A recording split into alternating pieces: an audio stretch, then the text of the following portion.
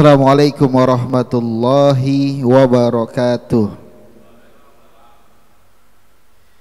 Innal hamdalillah nahmaduhu wa nasta'inu wa nastaghfiruh wa na'udzubillahi min shururi anfusina wa min sayyiati a'malina man yahdihillahu fala mudhillalah wa man yudhlil fala hadiyalah. Asyhadu an la ilaha illallah wa asyhadu anna Muhammadan abduhu wa rasuluhu la nabiyya ba'dah. Rabbi shrah li sadri wa yassir li amri wahlul 'uqdatam min lisani yafqahu qawli. Yang pertama dan yang utama ialah puja dan puji hanyalah milik Allah Rabb semesta alam, yang alhamdulillah pada kesempatan sore menjelang maghrib ini dapat mengumpulkan kita di rumahnya Allah dalam thalabun ilmi, yaitu kita kajian parenting, memahami diri menjadi orang tua, yaitu peran orang tua dalam membentuk jati diri anak. Dari sekian banyak teman-teman kita, alhamdulillah kitalah yang terfilter, kitalah yang tersaring, dan kitalah yang dipilih oleh Allah untuk ada di sini sama-sama kita mendengarkan kajian yang insya Allah akan disampaikan oleh Al-Mukarram Ustadz Haji Muhammad Hamdi PSI. Semoga nanti kita bisa mengambil apa-apa yang materi yang disampaikan oleh Ustadz Hamdi. Selawat besar salam tak lupa kita hanturkan kepada junjungan kita, uswah kita, baginda Nabi besar Muhammad SAW beserta para sahabat dan keluarganya, dan kita sebagai umatnya selalu mengikuti ajaran dan milah-milahnya. Sebelum kita memulai kajian kita pada sore hari ini, sama-sama kita memulainya dengan membacakan basmalah. Bismillahirrahmanirrahim.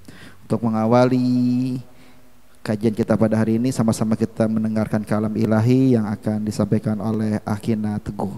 Kepada Akhina Teguh, tafadhol maskura.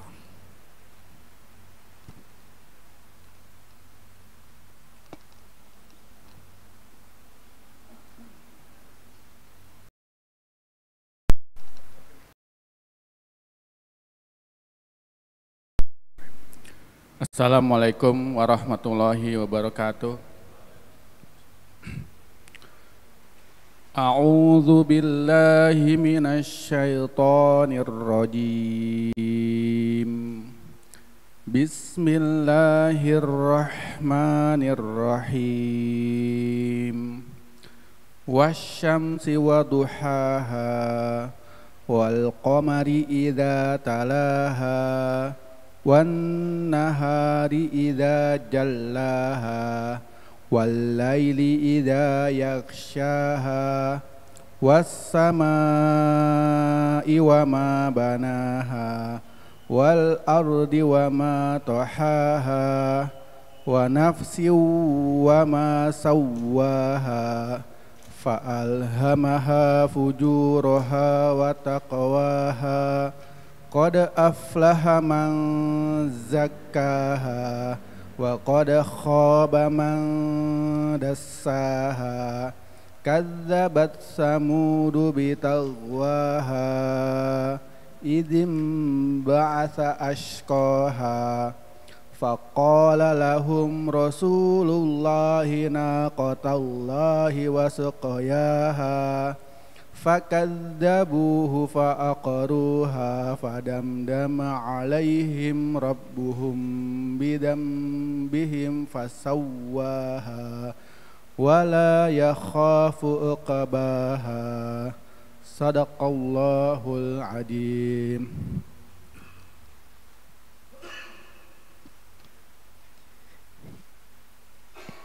Iya, jazakallah khairan jaza kepada Akhina Teguh yang telah membacakan Al-Quranul Karim.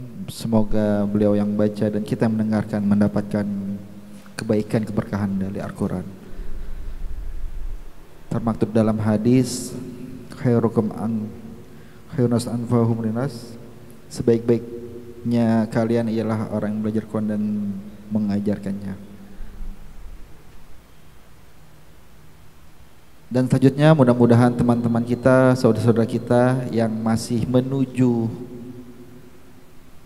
ke masjid ini, semoga Allah permudah langkah kakinya, Allah mudahkan hatinya, sehingga bisa sama-sama kita untuk sama-sama mendengarkan apa yang disampaikan materi, yaitu parenting keluarga pada hari ini. Pada Al-Mukarram Ustadz Haji Hamdi, saya persilahkan untuk menyampaikan materi yang akan disampaikan pada hari ini. Padanya, tafadhol maskur.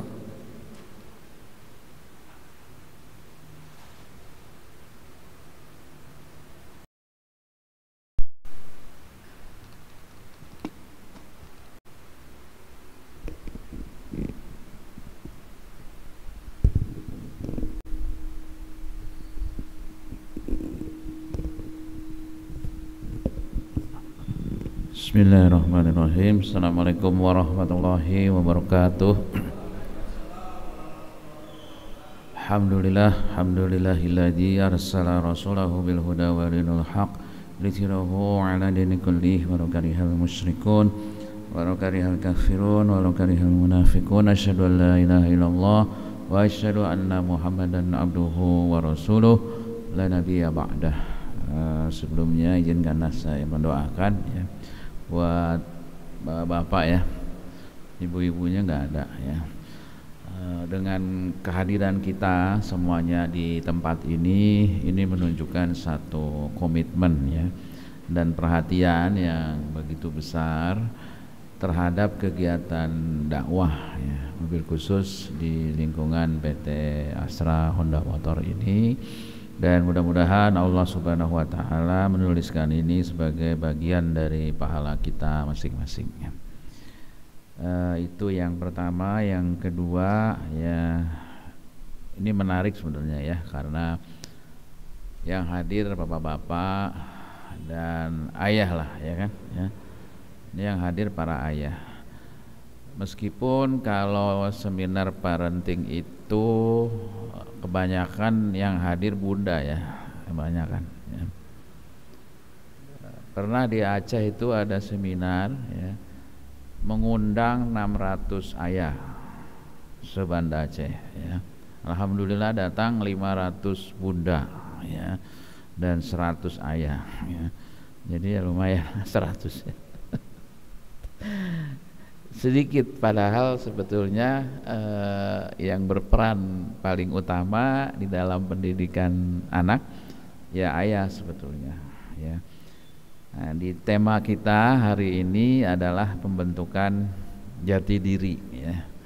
Jati diri itu bisa diwakili oleh, nanti kita bahas apa yang namanya individualitas ya, dan ego ya. Individualitas itu bukan individualisme ya, bukan, dan ego itu bukan egoisme ya. Nanti kita lihat ya. Nah, kalau ya kita lihat potret ya sebagian remaja kita ya, yang tentunya sangat mengkhawatirkan ya. Di situ ada geng motor, ada tawuran ya, bahkan yang lebih miris adalah kehamilan di luar nikah ya, yang jumlahnya makin hari makin bertambah ya. Atau klakson telolet ya. Ini sampai sekarang juga masih menjadi hal yang dikejar ya sama anak-anak remaja itu, anak SD kelas 6 SMP ya.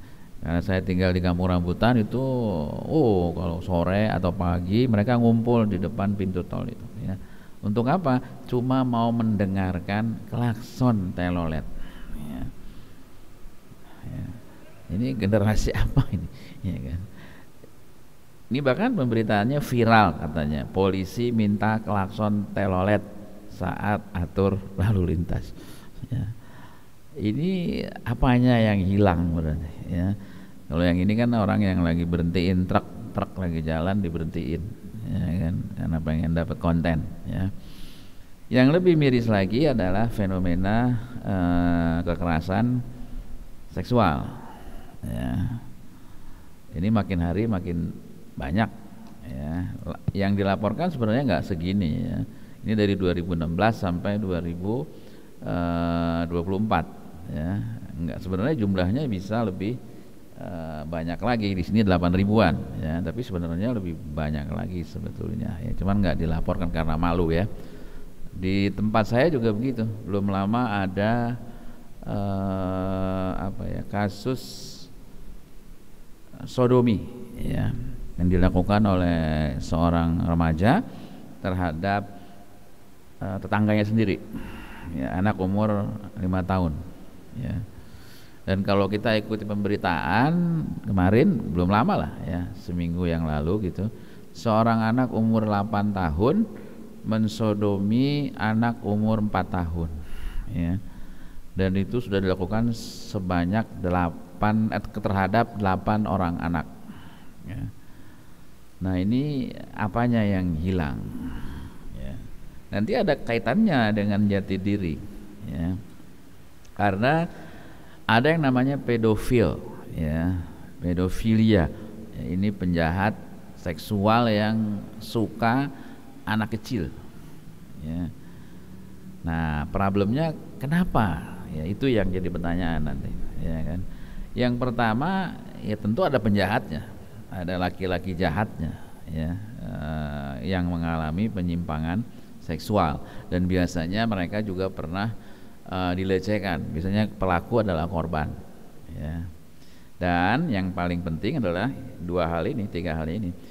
Ada anak-anak yang terlalu seksual ya, jadi cepat baliknya gitu. Di tahun 2035 itu nanti anak-anak Indonesia akan balik di umur 7 tahun ya 7 tahun udah balik, dan mereka akan akil. Hari ini menurut penelitian yang paling baru, hari ini anak Indonesia itu mengalami kematangan psikis ya, itu di umur 34 tahun. Kematangan seksualnya 9 tahun ya. Ada masa menunggu yang demikian panjang ya. Nah yang paling penting adalah anak-anak ini yang jadi korban adalah ya anak-anak yang rindu akan sosok ya laki-laki dewasa yang menjadi ayahnya. Karena ayah kan nggak ada, ayahnya ada secara fisik ada, tapi secara psikis tidak hadir ya. Jadi the fatherless countries ya, negeri tanpa ayah nomor 3 di dunia. Ayahnya ada, cuma perannya yang nggak ada. Jadi kenapa anak-anak menjadi korban? Ya karena mereka rindu ya. Ada laki-laki yang kelihatannya baik, bermaksud baik, benar jahat gitu ya, membelai-belai mereka ya, menggendong mereka, menjanjikan hadiah, iming-iming, akhirnya mereka jadi mau ya. Dan yang paling penting yang kita bahas adalah egonya lemah ya. Keakuannya ini nggak ada, jadi dia nggak bisa bilang tidak ya. Kalau di Jakarta ya, yang paling banyak pelecehan seksualnya itu di daerah Senen itu paling banyak. Dan di TK-TK di sana, di SD kelas 1 kelas 2 itu diajarin bagaimana supaya bisa bilang tidak ya. Ini punya saya, ini aurat saya, tidak boleh ada yang pegang ya kan. Nah ini yang lemah dari anak-anak yang menjadi korban pedofilia ini ya. Fenomenanya banyak, tadi udah kita bahas. Ada yang namanya sodomi tadi udah ya kan. Sodomi ini biasanya dilakukan oleh pelaku ya, dan pelaku yang dulunya sudah jadi korban. Saya pernah dapat beberapa klien atau pasien yang seperti anaknya baik-baik, tapi sayang jadi korban penjahat seksual ya di pesantren, di boarding, dan kemudian dia menjadi pelaku ya, naudzubillah min dzalik ya. Lalu ada fenomena yang namanya latah ya. Latah itu meniru ya. Latah itu meniru, jadi model rambut harus sama, dikasih warna ya kan, itu kan latah ya kan. Lalu kemudian lagi banyak baju misalnya ya kan, bajunya harus seperti ini, itu juga latah ya. Kalau latah secara psikis itu reaksi yang terkejut, orang terkejut itu secara psikis gitu. Itu paling banyak adanya di Jawa Barat ya. Di Indonesia paling banyak di Jawa Barat ya. Dan kebanyakan perempuan. Dan biasanya kalau latah itu ngomongnya nggak bagus ya, kadang dia ngomongnya jorok atau dia menirukan gerakan-gerakan yang sebenarnya nggak bagus juga ya kan. Sebabnya kenapa ya banyak ya. Di antaranya adalah karena proses belajar yang salah ya. Jadi misalnya ada orang gitu ya, temennya feminim, ngomongnya cowok tapi agak ke wanita-wanitaan, kemudian dikasih reinforce, dikasih reward sama teman-temannya, diketawain ya, lucu gitu ya. Akhirnya yang lain niru juga, oh iya lucu ya, dapat applause ya, dapat penghargaan ya, dapat dihargai ya gitu ya kan. Ini jadi niru ya. Jadi cara belajar yang salah bisa juga ya, orang jadi latah. Kan demam apa misalnya, nanti demam batu akik, demam, pokoknya itu kan latah gitu ya. Nanti kita bahas kenapa dia bisa jadi latah ya. Kesurupan ya, ini juga sama. Kesurupan itu bisa massal ya, di Indonesia ya. Belum lama di TV ada di sebuah SMA ya, satu sekolah itu, hampir satu sekolah kesurupan. Kesurupan itu menunjukkan juga egonya lemah, keakuannya nggak terbentuk ya, jadi gampang dipengaruhi ya kan. Hipnosis juga sama, yang paling banyak di Indonesia ya, karena masyarakat kita ini katanya the most ya suggestible people in the world, masyarakat yang gampang dipengaruhi ya. Gampang dipengaruhi kenapa ya? Karena proses pendidikan yang salah ya, karena dari kecil sudah disugesti ya. Gurunya misalnya, anak-anak kalau kita sakit ya kita akan pergi ke dokter, kalau kita belanja kebutuhan sehari-hari, beli minyak, beli gula, kita perginya ke pasar ya kan? Itu kan cara mensugesti orang ya. Itu kan cara pendidikan yang salah sebenarnya, tapi nggak disadari ya, tidak disadari. Nah nggak boleh sebenarnya ya. Hipnosis yang laku cuma di Indonesia, kalau di negara lain nggak laku karena susah dipengaruhi. Di Indonesia kenapa laku? Karena gampang dipengaruhi. Nanti ada hypnoselling, ada hypnoparenting, macam-macam ya. Yang tujuannya mempengaruhi, itu sebenarnya bahaya ya, membuat anak-anak itu jadi gampang dipengaruhi. Ada lagi namanya relapse. Relapse itu balik pasien narkoba yang kemudian kembali memakai narkoba ya. Jadi keberhasilannya hanya 6% kalau terapi ya, 6%. Yang 94% itu mereka kembali lagi setelah berjuang ya, berhenti sebentar, taubat, kemudian balik lagi. Relapse itu balik lagi. Nah yang paling unik dari relapse ini adalah ya, jadi saya pernah menangani banyak pasien narkoba waktu itu dengan ketergantungan heroin, jenis narkoba yang paling berbahaya karena tingkat kesembuhannya hanya 3% kalau heroin ya.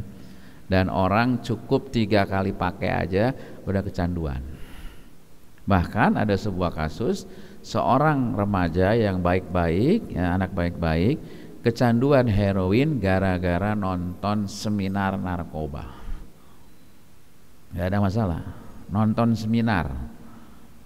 Kenapa? Di seminar itu ada seorang mantan pecandu yang memperagakan, udah tobat ya, tapi memperagakannya terlalu ekspresif ya, sehingga orang yang lihat jadi kepengen, enak juga ya rupanya ya kan.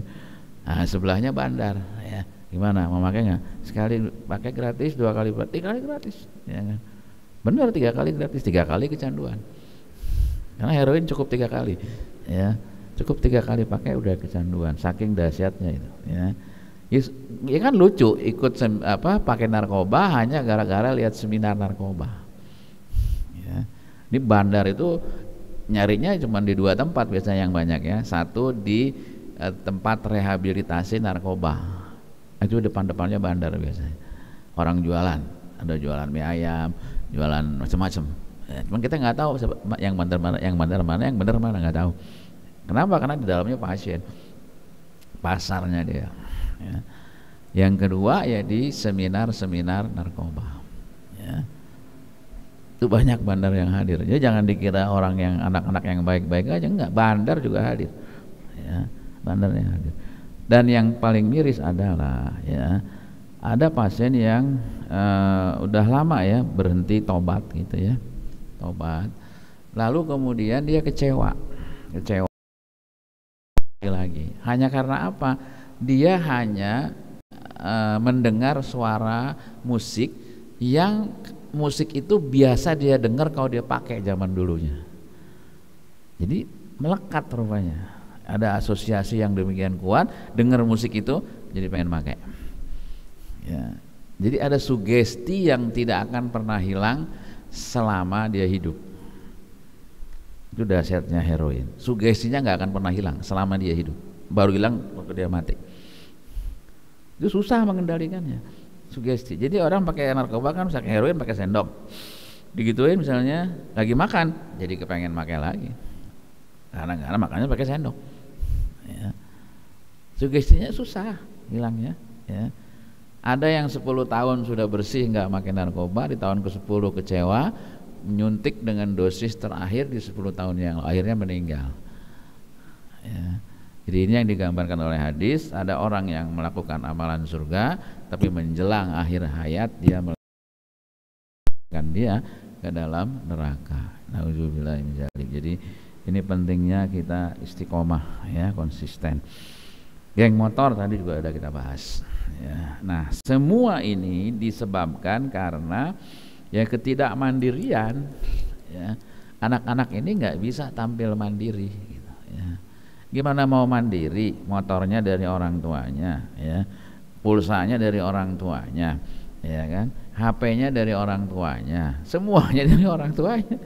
Ya kagak mandiri. Gimana mau mandiri? Nggak bisa, ya. Susah. Ya, harusnya kan udah nggak cari sendiri dong, gitu, ya. Udah cari sendiri, tapi nggak bisa. Ketergantungan yang demikian tinggi, ya kan? Dan hajat yang tinggi terhadap peer grupnya, temannya, ya, sehingga identifikasinya ya temannya itu, grupnya itu, ya, grup reference-nya ini, ya kan?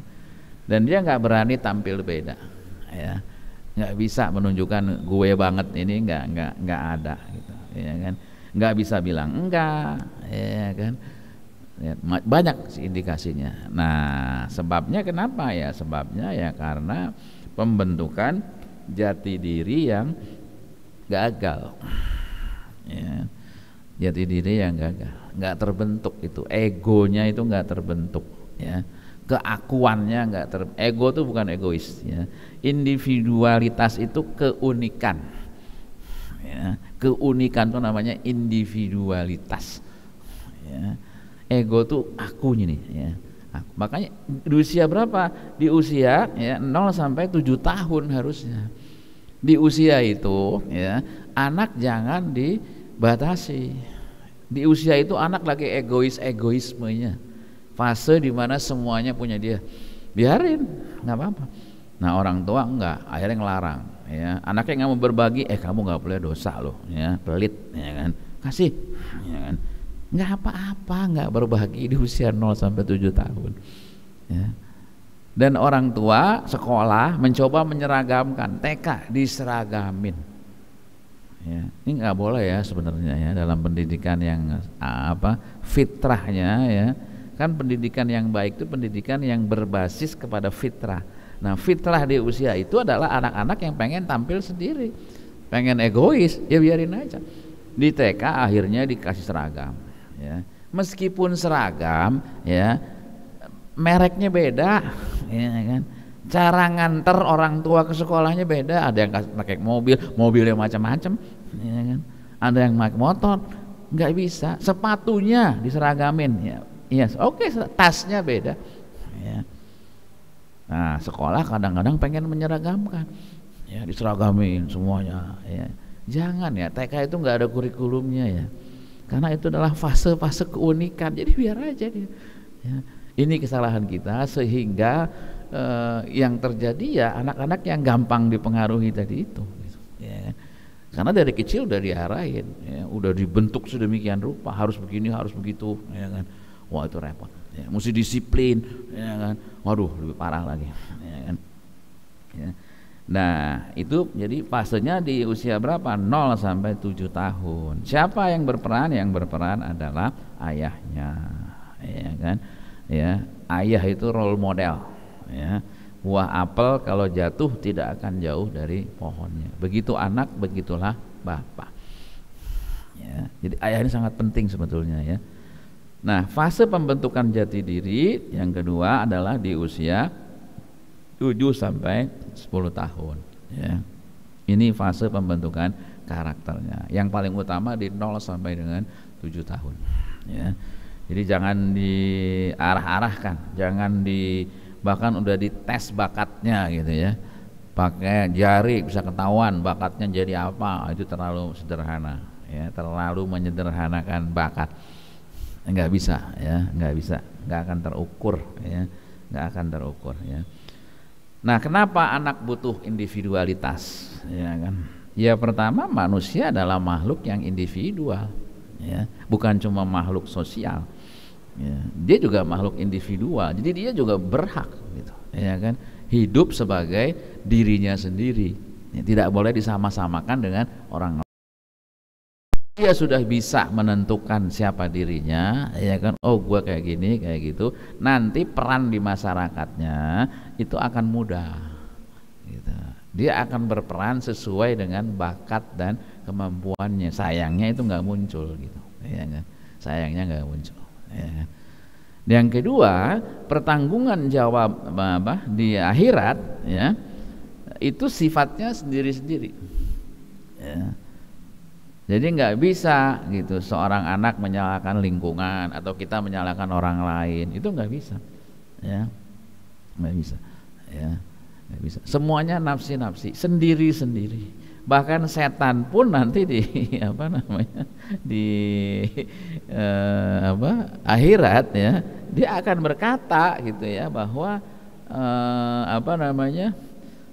saya berlepas diri, gitu, ya, sesungguhnya Allah telah menjanjikan kepadamu janji yang benar dan aku pun telah ya, wa qala syaitanu, ya kan, dan berkatalah setan ketika selesai hisab, ya, sesungguhnya Allah telah memberikan kepadamu janji yang benar dan aku pun telah menjanjikan kepadamu, tetapi aku mengingkarinya, ya. Jadi berlepas diri, salah sendiri kenapa terpengaruh, ya, ya. Gue cuma ngajak, gak maksa, cuman kebanyak orang terpengaruh, ya. Kenapa, ya, karena lemahnya individualitas dan egonya tadi, ya kan, jadi gampang dipengaruhi, ya kan. Kemudian lingkungan yang sangat kuat, ya.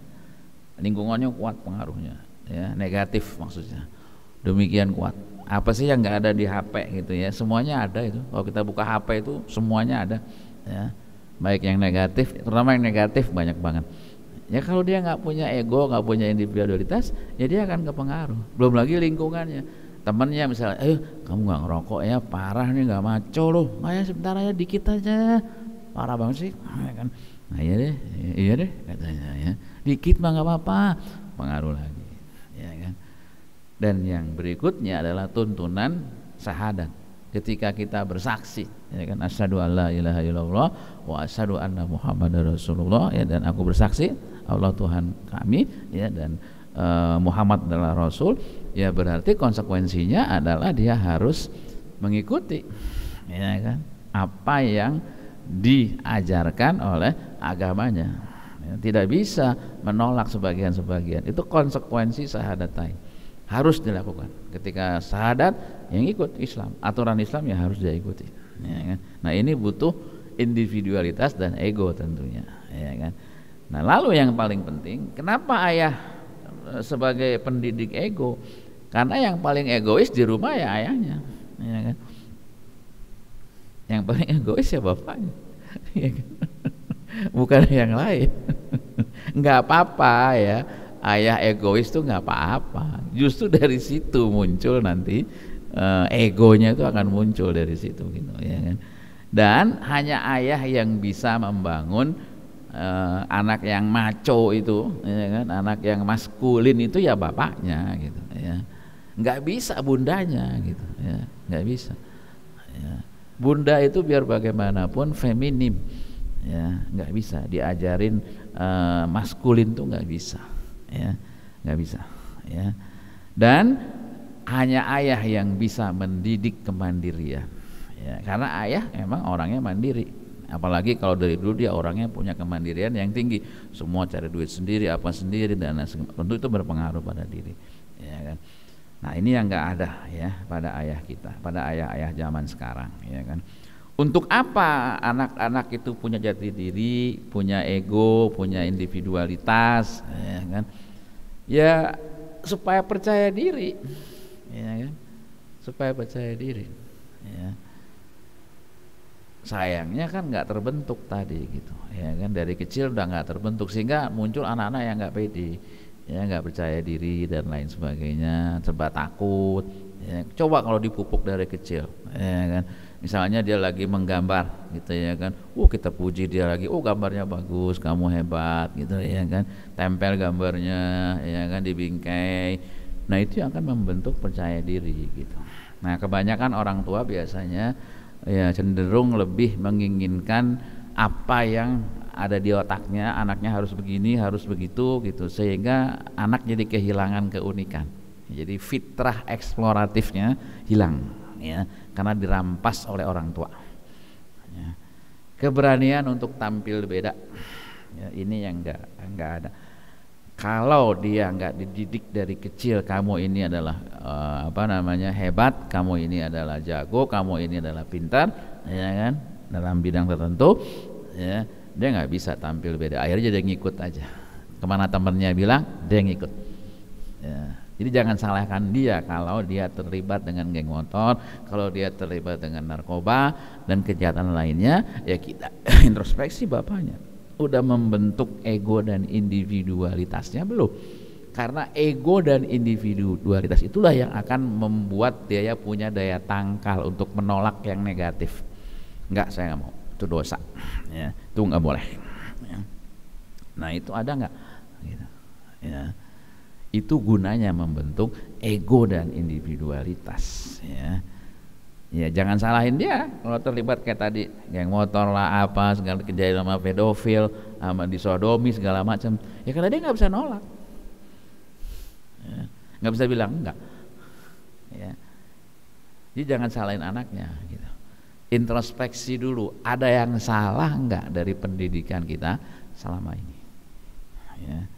Jadi kadang dia jadi begitu karena kita nggak mengikuti fitrah, ya, nggak mengikuti fitrahnya, bahwa fitrahnya harus dibiarkan ketika 0 sampai 7 tahun seperti Ali bin Abi Thalib bilang, ya dibiarin, perlakukan dia seperti raja, biarin aja, ya, mandi mau dimandiin, ya mandiin, makan mau disuapin, ya biar, pakai baju pakai, enggak apa-apa, ya.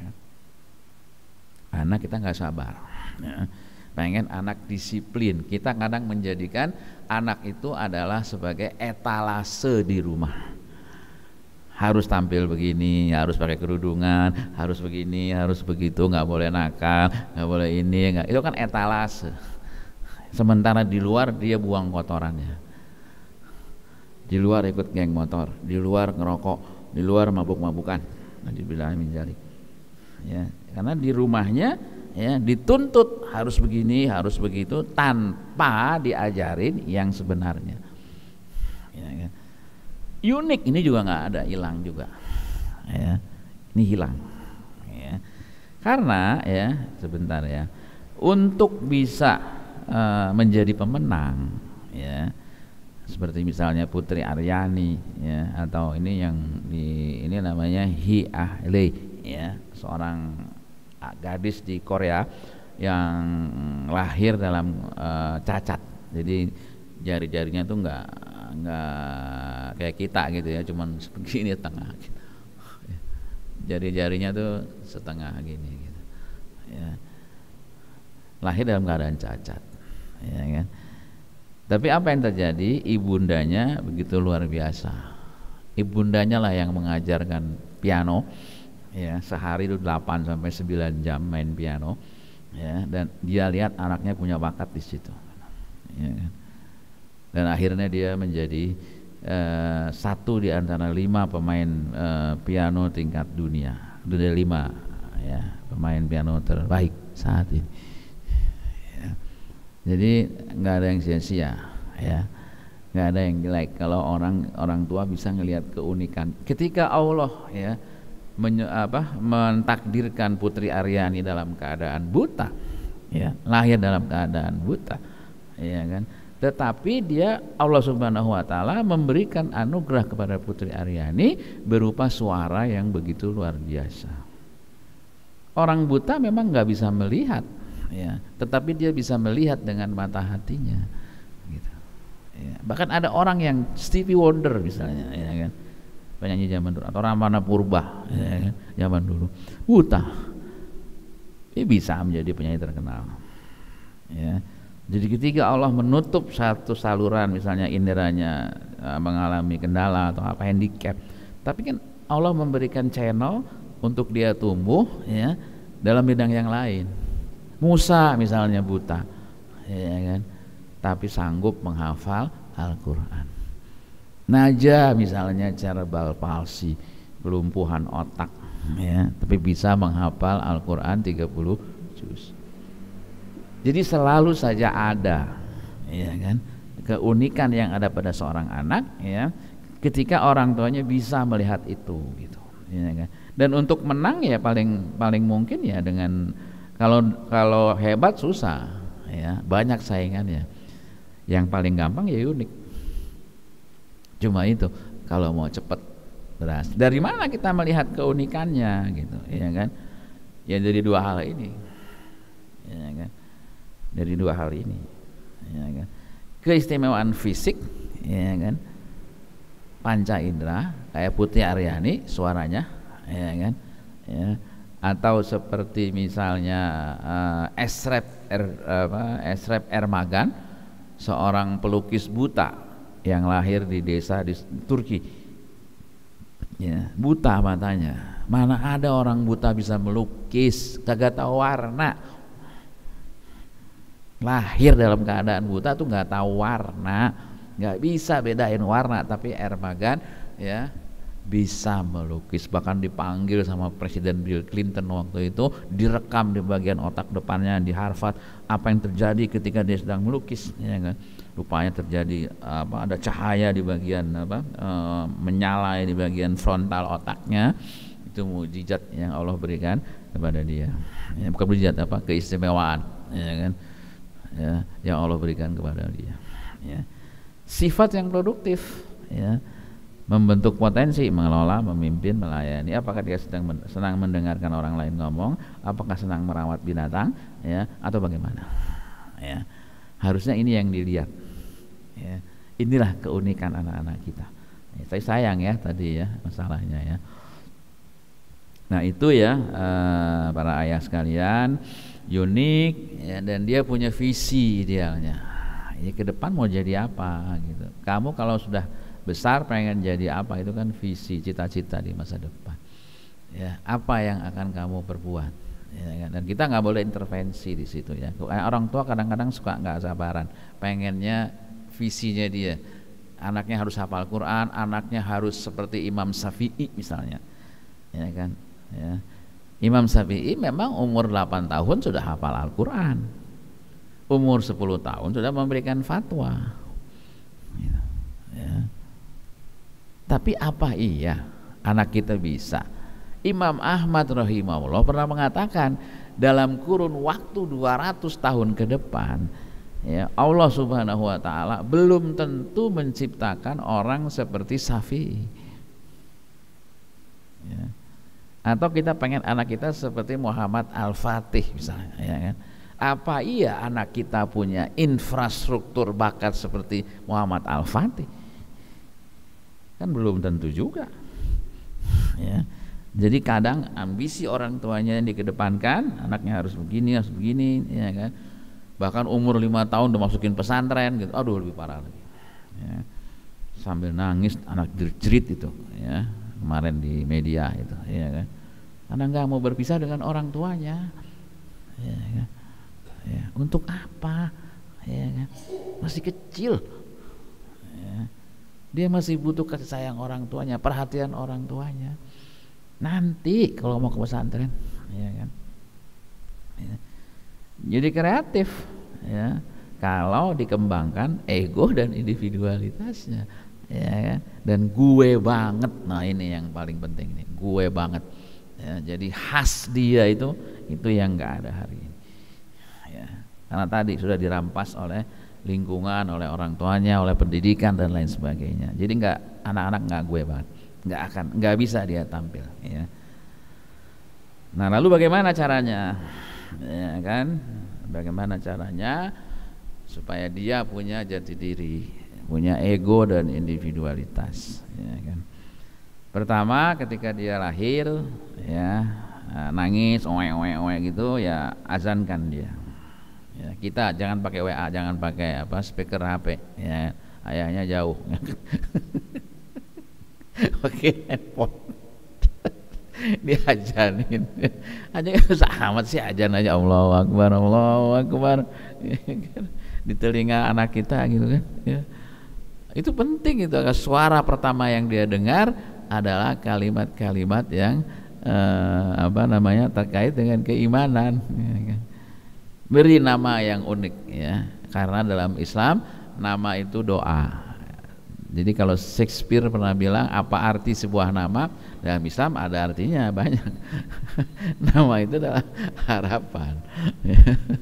Harapan. Jangan asal memberikan nama, ya. Pernah ada orang tua memberikan anak namanya Dasim, ya. Padahal Dasim ini kalau kita lihat nama salah satu anak iblis, ya. Namanya Dasim. Dikasih nama Dasim. Dasim itu anak setan. Masa dikasih nama anak setan? Ya, jangan sembarangan kalau nama, ya. Nggak tahu katanya, nggak tahu, kagak nanya sih, ya kan? Anak setan ada yang namanya Dasim, ya kan? Coba cek, ya, 9 anak iblis, ya, dan keturunannya, diantaranya ada yang namanya Dasim. Nah, jangan sembarangan, nama adalah harapan, ya. Kasih nama yang baik, ya kan. Akikahkan kalau dia lahir laki-laki kambingnya 2, ya, perempuan 1. Akikahkan, ya, karena itu akan membangun harga dirinya, ya kan. Dan hargai individu, biarin dia punya privacy, dia pengen sendiri, main sendiri apa segala. Kalau kan anak TK tuh nggak bisa diajak main bareng, nggak bisa. Ya kan, coba aja kasih Lego tuh, ya, suruh bikin rumah-rumahan anak TK, nggak bakalan jadi. Ada yang bikin Lego sendirian, ya kan, ada yang tawa-tawa, ada yang nangis, ya kan, ada yang ngeliatin yang main, ya kan, nggak bisa. Karena memang dia pengen di fase individualitas gitu, ya, jangan disama-samain, ya. Suruh nari lah bareng, dikursusin nari supaya bareng, nggak bisa, ya kan, nggak bisa, ya. Dan perlakukanlah secara berbeda, ya. Tiap anak tuh punya keunikan, meskipun anak itu kembar, ya kan, kembar nih, anak ini kembar, tetap dia punya personality yang beda. Di Amerika ada 2 anak kembar, ya. Satu hari, ya, muncul di Newsweek, ya kan, harian di sana, di koran, ya. Di Newsweek itu ada di sudut kanan atas lagi disalamin menjadi senator, ya, di Amerika. Di pojok kiri bawah gitu, kalau pos kotak namanya, nah ini dia gitu yang paling bawah gitu, ya. Itu sama orangnya, mukanya sama, cuman lagi diborgol sama FBI, ya. Oh, mukanya sama, ya, pasti kembar, ya kan. Akhirnya wartawan selidiki di mana rumahnya, siapa bapaknya, ketemu. Ternyata bawa korannya, ini kamu kenal nggak nih yang jadi senator? Oh iya kenal, ini adik saya, ya kan. Kami dulu dibesarkan lingkungan ayah saya pemabuk apa segala, dicerita lingkungan, bapaknya gimana, ibunya gimana gitu, ya kan. Oke, yang kedua juga sama. Oh, ini kakak saya, ya kan. Dia jadi senator gitu, ya kan. Dulu ayah kami pemabuk segala macam. Kita lihat perlakuannya sama, ya, sama-sama dibesarkan oleh seorang ayah yang pemabuk, tapi kemudian nasibnya beda. Nggak bisa sama, ya. Meskipun dia kembar belum tentu sama, ya. Kembar identik sekalipun juga belum tentu sama, ya kan. Dan jadikanlah tiap anak itu anak emas, ya. Semua sama perlakuan, ya. Kalau Rasulullah tuh kepada istri-istrinya beliau bilang begini, Aisyah ya, kalau kamu pengen tahu istri yang paling aku cintai adalah yang dikasih koin perak. Si Aisyah dikasih, nanti Zainab dikasih, ya kan.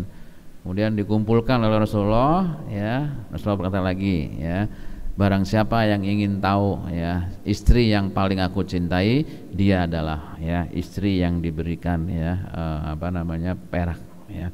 Semua dapat perak, ya, semuanya senang, happy, ya, ya. Itu cara memperlakukannya, ya kan, ya. Anak emas semuanya anak papa, semuanya anak abi, anak umi, ya kan, diperlakukan sama, ya kan. Dan jangan dipaksa untuk berbagi. Ingat, 0 sampai 7 tahun tidak boleh untuk berbagi. Ya, bahaya, nanti dia akan gampang dipegang-pegang, gampang akan dilecehkan, karena dari kecil udah diajarin berbagi. Itu bahayanya berbagi. Nanti kalau udah 10 tahun, 7 tahun ke atas boleh diajarin berbagi, ya kan. Lalu secara teknis, ya, secara teknis seperti apa supaya muncul jati dirinya tadi, egonya, individualitasnya. Yang pertama, kita berikan panggilan kesayangan. Kamu pengen dipanggil siapa, ya kan, ya, pengen dipanggil siapa, panggil namanya, ya kan. Pakaiannya juga sesuai dengan seleranya, biarin dia mau pakaian yang mana, mau beli apa, kita beliin, ya kan, kita berikan, ya kan, kita berikan, ya. Jadi dia beda, oh saya sukanya baju yang warna ungu, akaknya suka warna yang merah gitu ya, ada yang biru dan lain sebagainya. Dan berikan kesadaran akan hak milik. Jadi dia nggak boleh ngambil itu punya kakaknya. Nah ini ya sering terjadi kasus pencurian itu hanya karena anak tidak diajarkan hak milik. Gitu. Ini punya kamu, dikasih label, dikasih nama, ya kan. Semua dari mulai pakaian dalam apa segala macam kasih nama ini. Dan kamu nggak boleh kalau mau pinjam bilang dulu sama kakaknya, nggak bisa, ya, harus izin, ya kan. Itu bukan punya kamu, ya kan. Dan yang paling penting adalah kemandirian. Ini yang paling penting. Di usia berapa? Di usia 7 tahun ke atas boleh diajarin kemandirian. Kalau di bawah itu jangan, ya, di bawah itu jangan, karena dia masih pengen dimanja, masih pengen disayang. 7 tahun ke atas boleh diajarin kemandirian, ya. Walaupun beberapa negara berbeda ya, seperti Jepang misalnya. Jepang tuh 5 tahun udah diajarin mandiri gitu, udah diajarin disiplin, ya, karena memang mereka berbasis kepada militer, ya kan. Dulunya adalah militer gitu ya. Tentara Cina yang kalah ada, ya, kemudian mereka berdiam di pulau yang sekarang Jepang itu, ya, dan disitulah mereka kemudian dibesarkan, ya. Jadi berbeda kulturnya ya, nggak bisa disamain antara kita dengan negara-negara yang lainnya, ya kan. Tadi tampil beda sudah, biarin dia tampil, dia mau nyanyi, mau apa, biarin aja, ya, jangan intervensi, ya kan. Dan yang paling penting kita ajarin bahwa dia harus menolak ajakan orang-orang yang nggak benar. Bilangin sama dia, kalau ada laki-laki dewasa yang mencoba menyentuh bagian tubuhnya yang perempuan bagian depan, teriak yang kencang, nggak boleh, ya kan. Dan ajari dia untuk berkata tidak, say no to drug atau apa segala macam, bilang enggak, ya kan.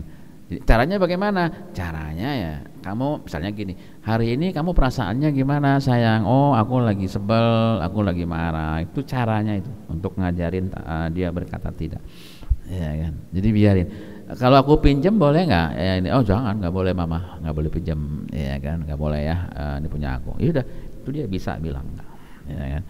Kamu mau sekolah di mana? Kamu nggak mau di sini? Oh enggak, aku nggak mau. Ya udah biar aja, gitu, ya kan. Biar aja dulu, ya kan. Itu caranya, ya kan.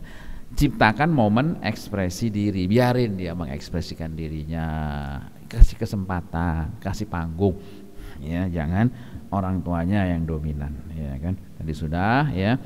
Nah yang berikut ada fasenya, ya, Bapak sekalian, ya, ada fase pembentukan jati diri, ya.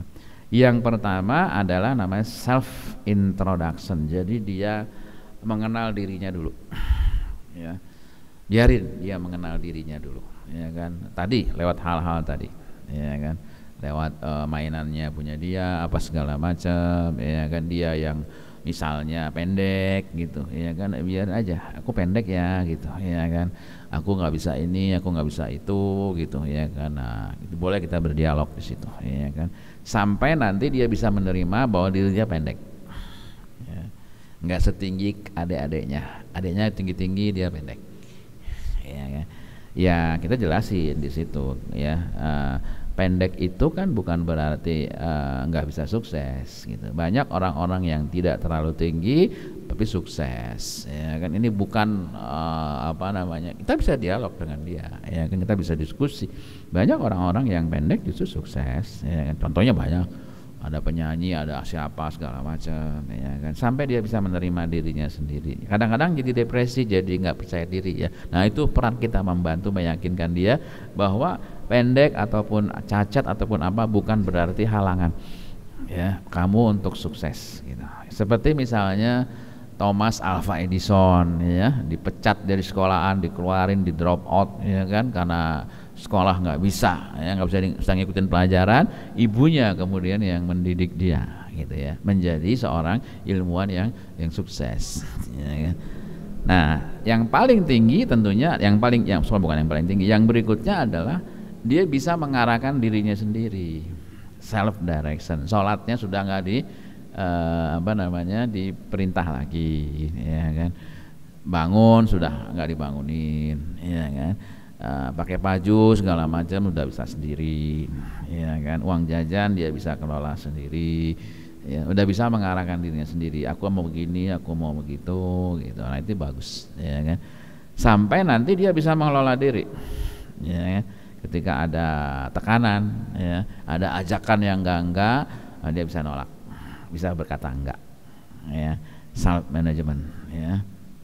Dan self recovery kalau dia ada masalah ya, dia bisa dipukul sama temannya atau apa segala macam, dia enggak ngadu, enggak kemudian jadi jerit-jerit, jadi nangis, dia bisa mengatasi itu semua. Idealnya semua ini dicapai di usia 10 tahun. Nah masalahnya apa ya? Jangankan 10, 20 tahun aja kagak bisa.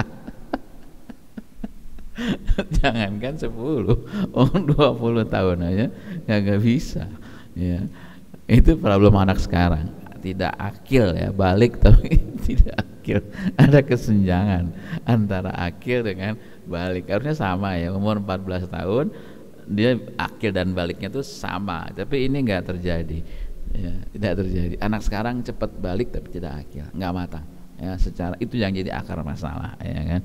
10 tahun kalau kurang dari itu ya, lebih dari itu ya tugas kita berarti ya, untuk lebih mengembangkan dia gitu supaya lebih dewasa ya. Ini tantangannya ya, 10 tahun nggak gampang gitu kan ya, susah ya. Nah yang terakhir adalah bagaimana ya kan caranya ya, kalau udah terlanjur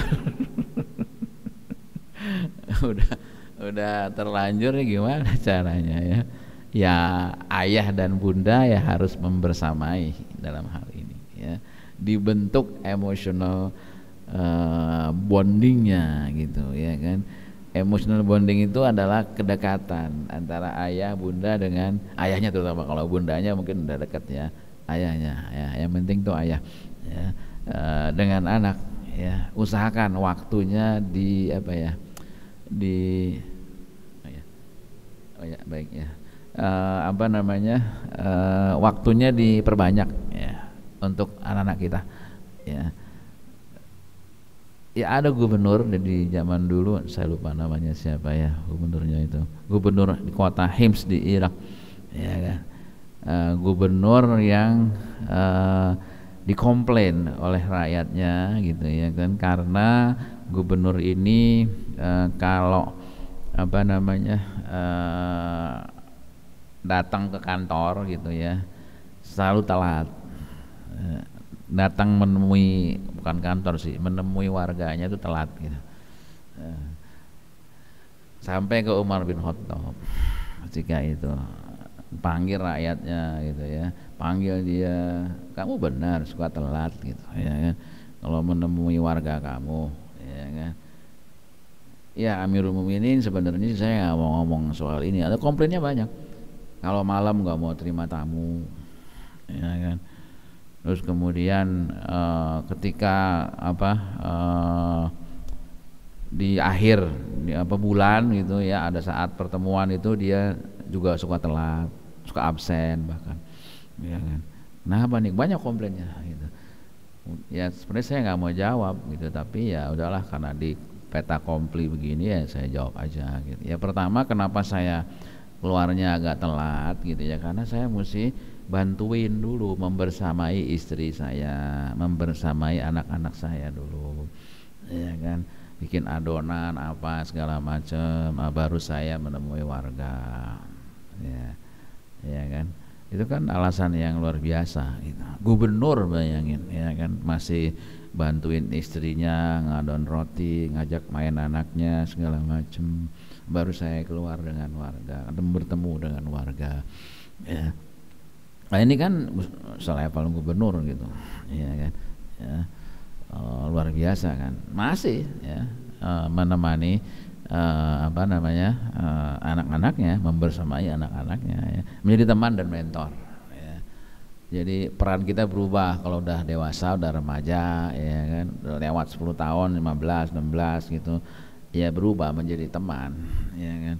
Bukan cuma ayah, orang tua, bunda aja, tapi sebagai teman ya kan, dan mentor bagi dia ya, mentor supervisor lah ya kan, yang membantu dia ya, ikut beraktivitas bersama anak, ikut main ya, ikut ngajak, kalau dia ngajak nonton kita ikut ya kan, ikut membersamai dia ya kan, membangun kesadaran. Jadi jangan lewat pembiasaan ini bahayanya nggak akan langgeng ya, nggak akan. Sebuah pesantren dicoba sama teman saya gitu, Ustadz boleh nggak kalau kita coba hari Jumat, hari Rabu sholatnya sholat zuhur nggak wajib di masjid. Kita pengen lihat nih apakah anak-anak ini disiplin apa enggak. Ternyata ketika nggak wajib, yang datang dikit. Yang datang dikit. Ya. Karena kan pembiasaan, bukan penyadaran. Ada orang kerja di sebuah perusahaan asing, begitu disiplin dengan aturan segala macam SOP, ya dia ngikut di situ. Keluar ke masyarakatnya yang nggak disiplin, dia berbaur lagi, nggak bisa lagi, ya seperti semula. Pembiasaan ini nggak efektif, ya kan? Dengan penyadaran, ya, karena manusia itu punya kemampuan berpikir dengan konsekuensi, ya kan? Dan ya harus terus ya, artinya bahwa kita mendidik anak ini kan nggak ada teorinya gitu kan, kita melakukan trial and error, coba dan salah, coba ini, coba itu, coba lagi ya kan, terus begini salah, ya nggak apa-apa daripada nggak sama sekali gitu, ya kan, terus ya kan ya. Dan biarin saja anak-anak kita itu berekspresi ya kan, dia salah dan lain sebagainya, biarlah dia, jangan terlalu banyak dikoreksi ya, karena masih anak-anak ya, wajar lah gitu ya. Nah itu ya barangkali ya ayah sekalian tadi sudah kita bahas ya kan, yang ini ya kan ya memang berproses ya, membentuk jati diri ini tidak mudah ya kan. Kadang kita baru sadar ya, oh ternyata udah lewat gitu ya prosesnya. udah lewat. Jadi kita bisa paham kenapa dia jadi kayak gini sekarang gitu, ya karena kitanya ya, ayah yang abai dan kadang bunda yang lebay ya, terlalu berlebihan ya. Wallahu alam bisawab, itu barangkali yang bisa disampaikan ya. Silakan kalau nanti ada hal-hal yang ingin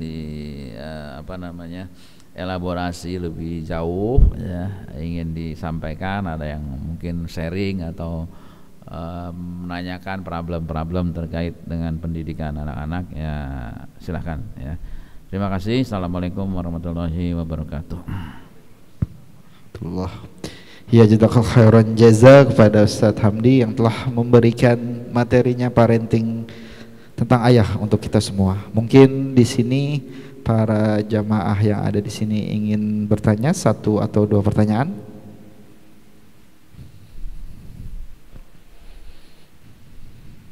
Bapak Haji Sukiono. Assalamualaikum warahmatullahi wabarakatuh. Waalaikumsalam warahmatullahi wabarakatuh. Maaf Ustaz, langsung tanya aja mungkin Ustaz ya. Tadi kan kita ada Ustaz pembahasan tentang akal sama balik itu harus imbang Ustaz ya. Sementara kita baru sekarang nih, baru paham sekarang. Itu untuk percepatan untuk pengimbangan akal sama balik itu biar dapat itu caranya gimana Ustaz ya? Ya. Baik, gitu, bagus ya pertanyaannya. Bagaimana akil dan balik supaya bersamaan? Karena dalam Islam itu empat mazhab ya, itu sepakat bahwa akil dan balik itu di usia 14 tahun. Ya, 14 tahun itu sudah akil dan balik bersamaan. Ya, bersamaan. Misalnya Usama pengen ikut perang, tapi belum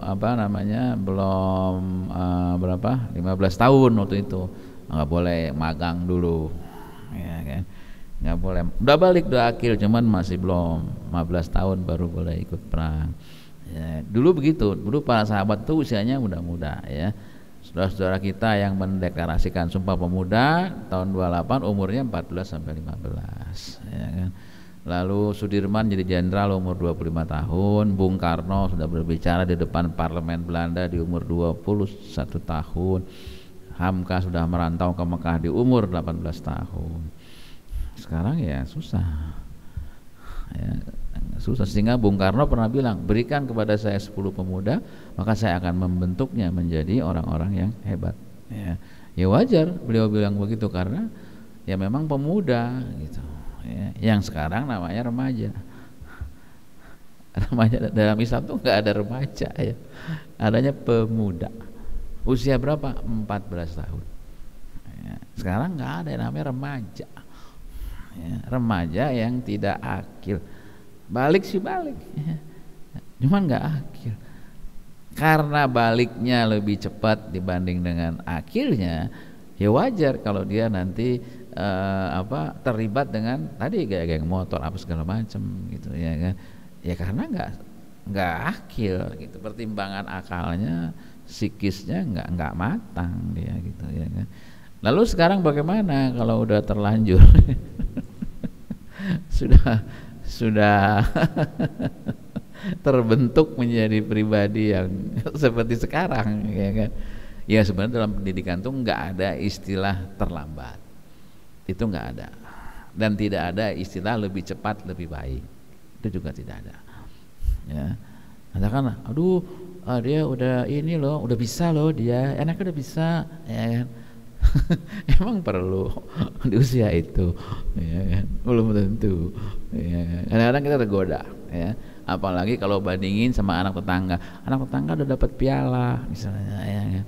Anak kita belum. Anak tetangga udah hafal sekian juz, kok anak kita belum, ya. Nah ini yang kadang-kadang membuat anak justru mengikuti apa yang jadi kemauan. Sekarang bagaimana caranya? Yang pertama adalah dia harus dihadapkan dengan tantangan, ya. Harus dihadapkan dengan tantangan, dengan persoalan, problem, ya. Yang kalau bisa problem itu sedikit lebih sulit di usianya, sedikit, ya. Lebih sulit. Jadi udah harus dibiasakan. Meskipun dia udah terlambat, bukan berarti nggak ada istilah terlambat. Ya, udah telat lah gitu ya. Hadapkan dia dengan masalah. Biasakan dia menyelesaikan problem sendiri. Kita bimbing di awal tentunya. Tadi kan sebagai mentor kita bimbing. Jangan dia lepas begitu aja. Ya, dibimbing dulu. Oh ini caranya gini ya, gitu. Mulai pelan-pelan. Ya, mulai pelan-pelan. Kemudian ajari dia mengenalkan dengan consequential learning, artinya bahwa setiap perbuatan itu ada konsekuensinya. Kalau kamu mau nggak belajar dengan rajin, ya kamu nggak akan sukses. Gitu. Ya kan? Kalau kamu mau sukses, belajarnya harus kayak gini. Ya kan? Ada konsekuensi. Itu bisa seperti itu, gitu, ya kan. Dan yang ketiga, ya kita jelaskan bahwa dia ada di periode yang susah, di periode yang sulit. Ya, dia akan berhadapan dengan tantangan zaman, kondisi, situasi yang mungkin tidak sejalan dengan apa yang dia pikirkan. Ya, kita jelasin, ya, dampingi dia, karena dia akan berhadapan dengan itu, gitu.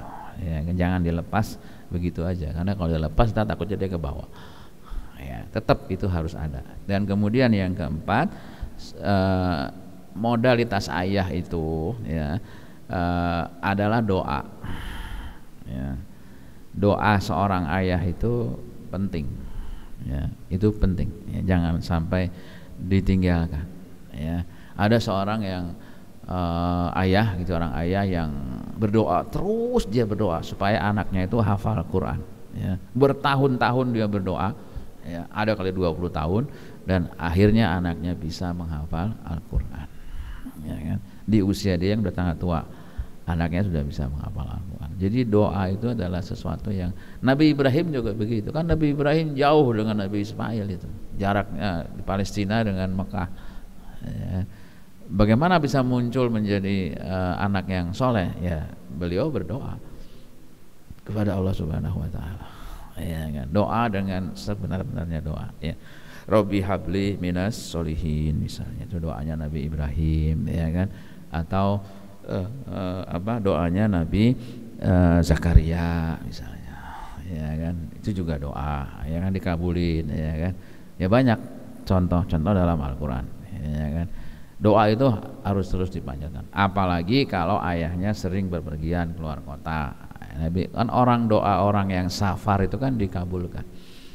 Ya, misalkan ayahnya safar pergi keluar kota, ya, tugas kantor, itu saatnya berdoa. Ya, Nabi Ibrahim kan safar jauh itu, Palestina. Ya, beliau berdoa terus, ya, akhirnya dikabulkan. Ya. Doa jangan tidak ditinggalkan, karena ini dalam teori psikologi nggak ada, ya, nggak suruh berdoa gitu, ya kan. Tapi psikologi Islam, kalau kita orang Islam, ya itu ada gitu, ya. Nah, itu beberapa cara, ya, beberapa hal yang bisa dilakukan supaya dia lebih mulai muncul kematangan secara psikisnya gitu, ya kan. Karena kalau enggak susah juga, kalau dibiarkan ya kasihan dia gitu, ya kan. Bertahap aja dikembangkannya, bertahap, kan terlanjur, ya kan, mulai bertahap, ya. Gitu Pak, ya, mudah-mudahan bisa menjawabnya. Ada lagi Bapak? Ayah bunda nggak ada soalnya, ya kan? Iya, Ustaz, bundanya nggak ada, ayahnya aja. Ya, alhamdulillah, jazakallah khair jazak kepada Ustadz Hamdi yang telah memberikan materi yang cukup baik, dan mudah-mudahan kita bisa mengambil ibroh dari apa-apa yang telah disampaikan oleh Ustadz Hamdi. Karena waktu juga sudah mau hampir maghrib, kita tutup kajian kita pada hari ini dengan sama-sama membacakan hamdalah, alhamdulillahirabbil alamin, istighfar, astagfirullahaladzim, astagfirullahaladzim, astagfirullahaladzim, dan doa kafaratul majlis. Subhanakallahumma bihamdika asyhadu an la ilaha illa anta astaghfiruka wa atubu ilaik. Wabillahi taufiq wal hidayah. Wassalamualaikum warahmatullahi wabarakatuh.